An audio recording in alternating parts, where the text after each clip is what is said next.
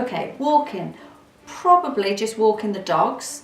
Prior to that, before kids, I guess, enjoyed swimming, enjoyed fitness classes of all different types really, and probably when I did my nurse training, used to dip in and out of a bit of cycling, going to class, do a bit of exercise, and it was the old-fashioned, I suppose, dance classes that came out in the 80s. And that would be it then. Kids came along and it all just slowed down and stopped. Didn't really notice, to be honest. Didn't really notice. Probably when I used to go to the exercise class, just probably enjoyed the music, the get together with friends, but really didn't think has anything changed. Other than that, nothing really. Well, I'd be surrounded by friends that talked about diets, and I couldn't never get my head around diets. So I don't think I ever thought of what I ate was a diet. But I would just usually listen to what I usually fancied at the time. So I'm a big chocoholic person, so I would just eat gallons of chocolate, and then realised over the years that probably wanted, my mood was probably always a bit down and needed to be lifted. And I think I would just eat a lot of rubbish type foods more than anything. More related to how I felt at the time, and I would think, oh, I feel as if I need some more energy, and I'd eat more chocolate. And then when I was pregnant with my third child, realised that all this chocolate eating wasn't great because I was eating not good chocolate, and that in fact I became a diabetic through the pregnancy. And so suddenly life changed in a sense of what I was eating. I was suddenly told, can't eat that, shouldn't eat that, need to change a diet, and I couldn't get my head around it because I never thought of my life what I ate as a diet. And just then became very aware that being a diabetic during pregnancy, after I was pregnant, I would have a 40% chance of actually becoming a diabetic. And I remember saying to the consultant, what do I need to do to stop this happening? And he said two things: try not to become obese, and he said, unfortunately, changes in life when you hit late 40s, 50, that trauma could actually trigger it. So he said, just look at your sugar levels more than anything. Ooh, terrible really, because when you're pregnant, you kind of feel as if your body's out of control anyway, and that you're just kind of feel, I used to feel sort of shaking and felt sick, and would think, oh my God, I just need something to eat. And sugar levels were really always low. And so I kept thinking I just need a sugar fix, but didn't quite understand that I didn't need that sugar. It was other stuff actually that I needed, but I didn't understand it. Brilliant.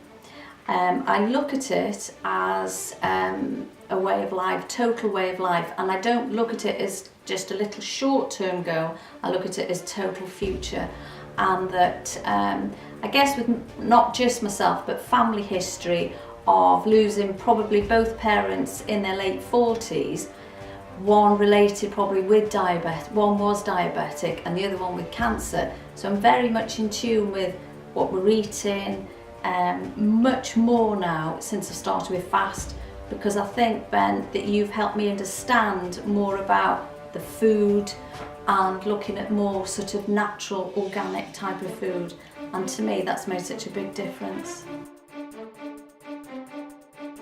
My youngest daughter was very much at the beginning on the back burner, constantly saying, why are we having to eat this now? What's different? Why is there no bread? Why can't I have baked beans? Why? And there was lots of whys. And in the end I just thought, maybe I'll just change things. Well, for me it was a bigger change, but for her it's been a slow burning change, and gradually she's just accepted that certain things are not there and she just eats it, and that's just how it is. The biggest change for me, I've been doing FAST for probably about 6-7 months now, and I think before I came, one of the things prior to that was feeling no energy levels were terrible, and I remember going to the doctor saying, can you do some bloods, I think I'm on the change. And he did, and he said, "You're right, you are." And I thought, oh my God, then I need to really look at what I'm eating, how I'm working through the day. And I think it was my daughter that said, "Come to FAST. I think it'll suit your lifestyle and it'll suit and change." So probably within 6 weeks, I noted massive change, energy levels the biggest. And I think, I'm somebody that I'm upbeat anyway, but for me, I've just laughed and laughed and laughed.